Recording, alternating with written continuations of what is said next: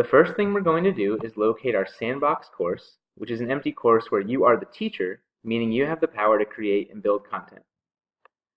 Click on Courses, scroll down to the bottom, and click on All Courses. And you're going to look for your name and sandbox course. So I will scroll down and find Jack McGavick sandbox course. If your sandbox is not starred, it's a good idea to star it so that it will show up on your dashboard the next time you log in to Blend from the portal. If you have any courses in here that are starred that you don't want showing up every time you start up Blend, you can unstar them as well. It just makes navigating Blend a little bit easier. Okay, so now I'm going to click on the name to open up the course. And your course might be empty like this one, or if you've come to a Blend training before, you might see something that you've built in the past. So one great thing about Blend is that it's easy to move content from one course to another. Today we want you to have access to the module that we used together this morning in our classroom simulation as a guide while you do your own Blend building. And who knows, you might even want to tweak this module and use it with your own students. So to bring in the module from our course, you're going to click on the button that says Import from Commons. So the Commons is a place where teachers from anywhere who are using Canvas can share resources with each other, and then you can import them into your course and use them. So we're going to search for Blended Classroom Simulation, and you'll see that this is a module, and this is the one we used this morning. So I'm going to click on the name, and then I'm going to click Import Download. You'll notice here also there's a preview, so if I wanted to see what was in here before importing, I could. But I'm going to click the blue Import Download button, and then you'll see the list of all the courses that you have access to as a teacher. So again, you're going to look for your sandbox course. The easiest thing to do is just to type and start typing your name. You'll see it come up. Check the box, click Import into Course. It says that it'll take a little while, but this is a pretty small module, so it should show up right away. I'm going to go to my dashboard, and because I starred my sandbox, I know that it's going to show up on my Blend dashboard now.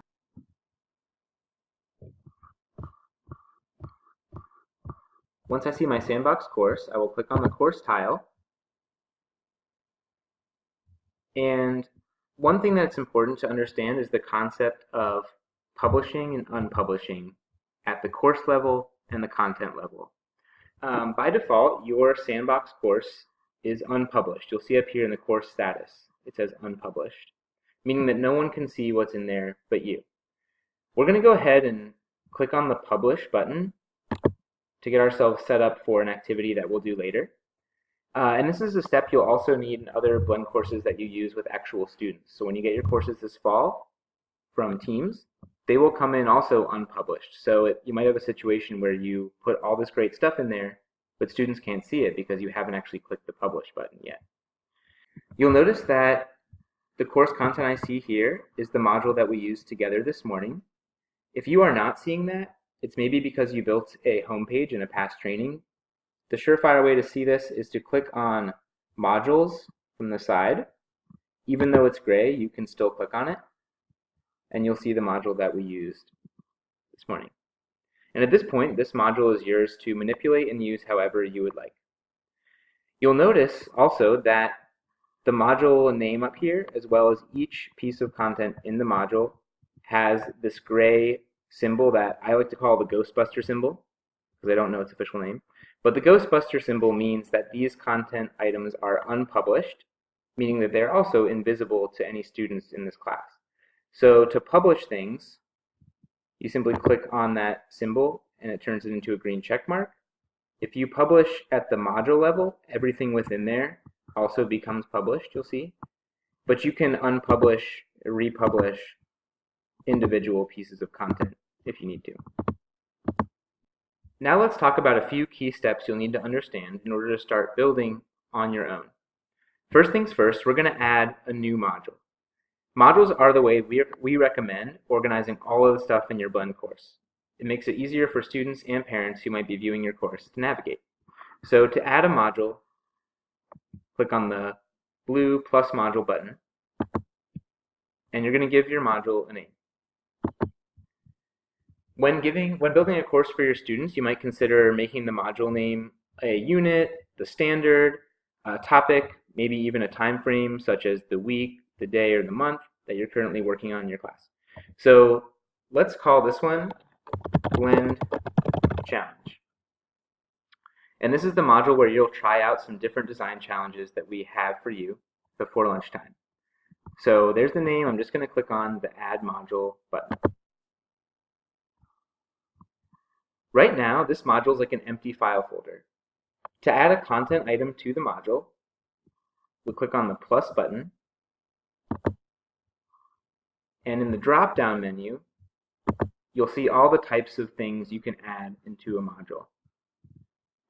We're going to select Page, and we're going to add a page to our module. The first thing we need to do is click on New Page, and a place for the name will pop up. Let's call this page About Me.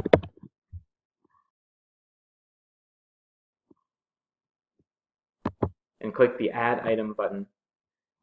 And now you'll see that the page is in our module. To open it up, just click on the name.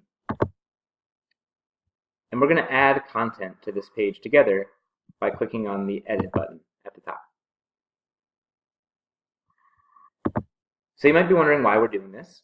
The purpose of building this page together is to teach you how to use this toolbar, which is called the Rich Content Editor. And you'll see this toolbar whenever you're adding content anywhere in Blend. And your students will also see it when they're submitting work like discussion posts or assignment submissions. So it's important that you understand what all these things do and that you can help your students understand it as well. So we're going to start with the most basic stuff, just adding text. You can type whatever you want.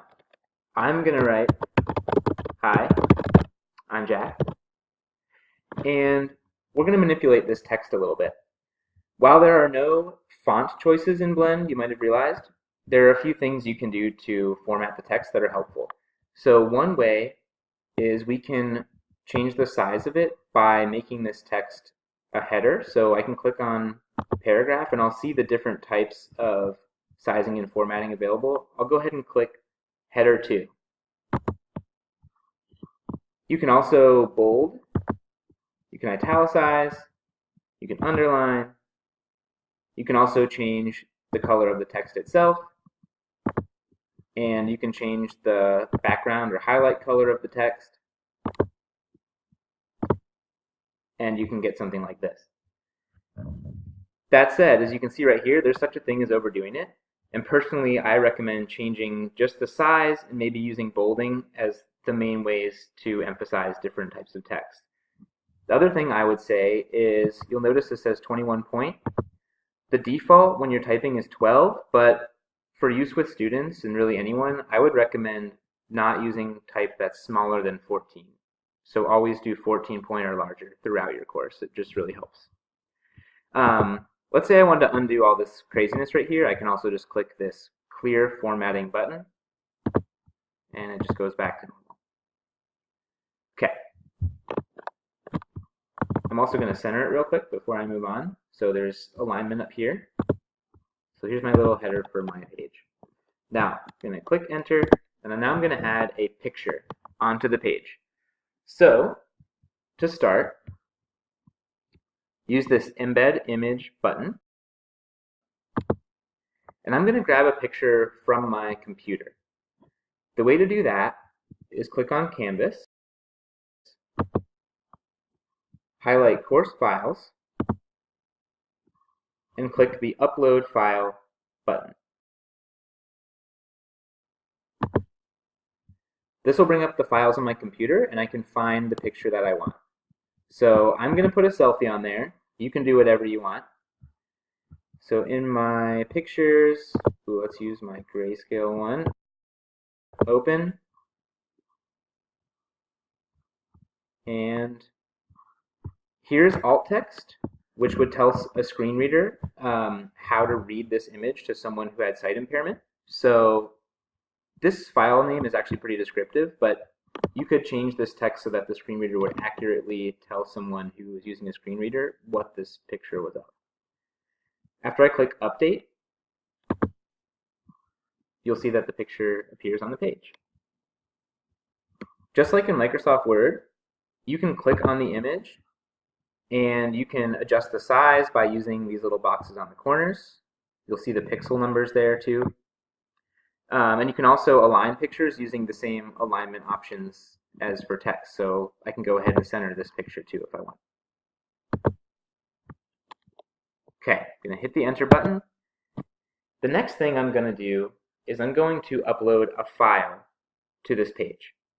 I know a lot of us have Word documents, PowerPoints, PDFs, files that are saved on our computer that we want students or their parents to be able to see on our Blend page. So this is a really crucial thing to know how to do. So my cursor is here, that's where the file is going to go.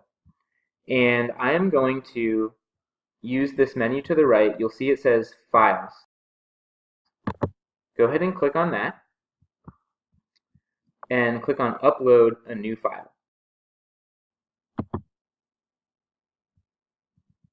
You'll see the gray box Choose File, and that's going to again open up your computer's file system to find the file that you want. Alright, so in my documents is a file that I want my students to see. It's actually a PowerPoint presentation for the first day of school. So I'm going to click on the file name and click Open. And there's one more button, which is Upload.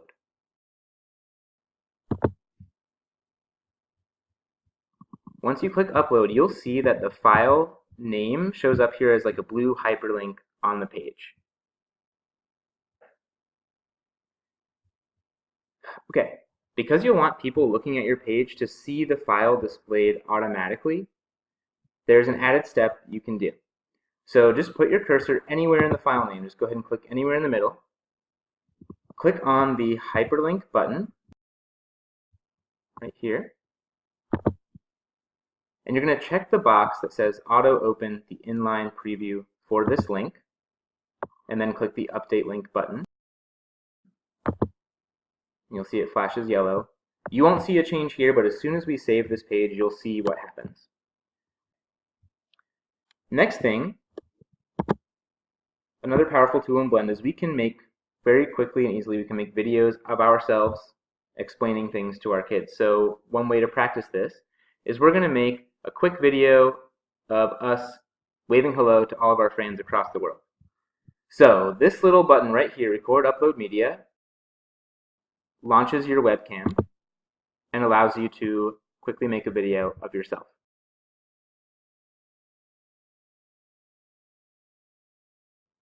So there it is. We're going to hit Start Recording. Wait for it. And wave to all your adoring fans. And click Finish. And then go ahead and click on the Save button. And it doesn't look like a video yet, but once we save the page, you'll just see a play button there. Students would see a play button there that they can click and launch that video. Now, admittedly, that was not a very professional video. Let's say we wanted a real live YouTube video. There are several ways we can do this, but I'm going to show you the most efficient way. First thing we do is we open a new tab and go to YouTube.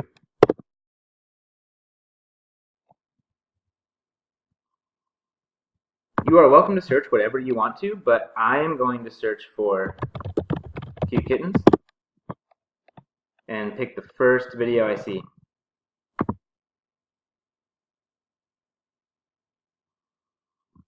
Wow, that is cute. Okay, I'm going to highlight the URL for this video, and I'm going to click Control-C to copy it. You could also right-click and copy, either way. Then I'm going to click back to my Blend tab, and I'm going to click on the YouTube button.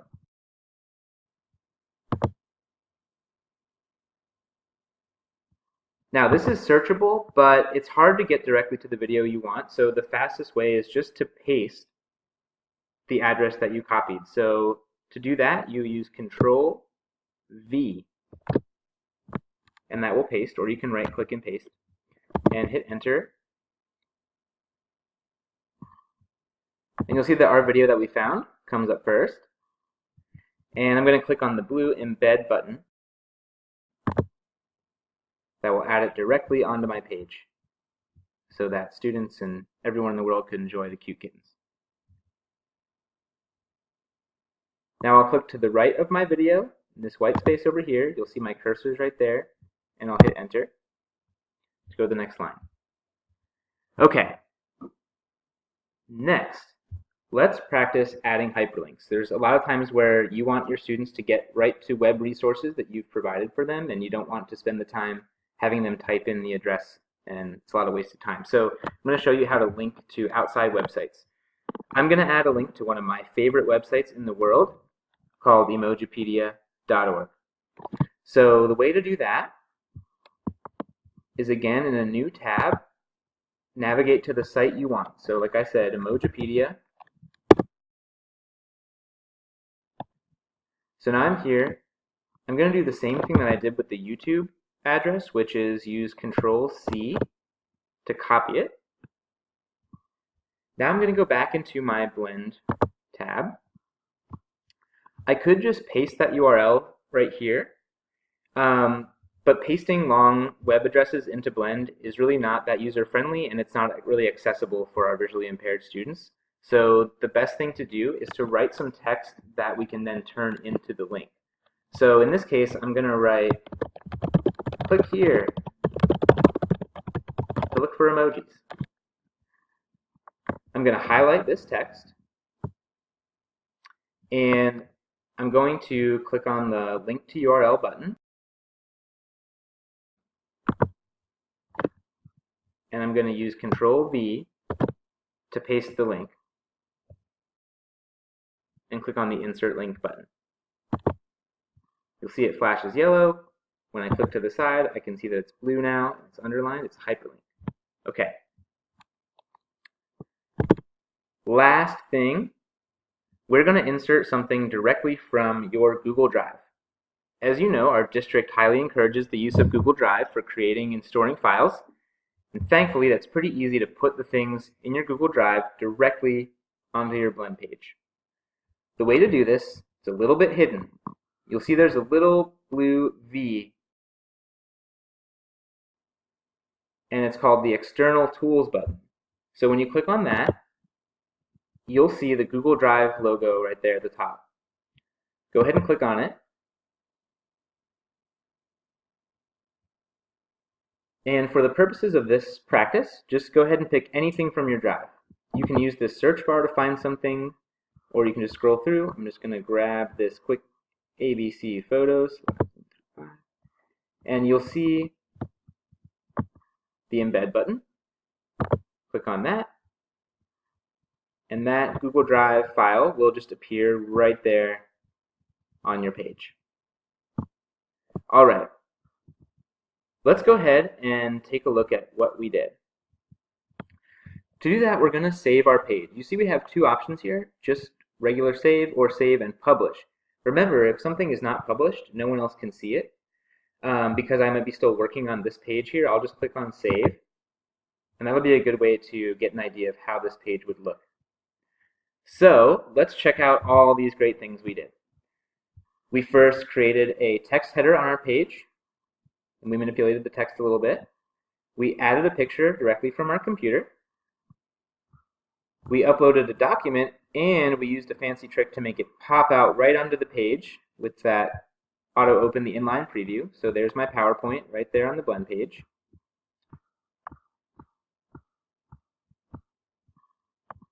I recorded a video waving hello.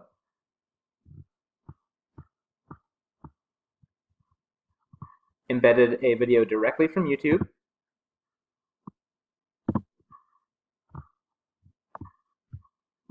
created a hyperlink to someplace on the web,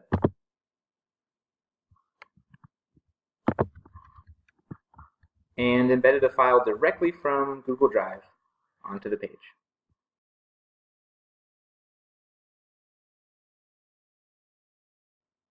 So will you always need to do all these things on one page? Probably not. That's a lot. But understanding these basics will allow you to create and share tons of content with students. Now, we know this was a lot of information at once. The great thing about a screencast, though, is you can always go back and relearn. This screencast and the script that goes with it are both available in the resources module in our B4B course from this morning, and it's linked on a document that we are about to use together. All right, best of luck.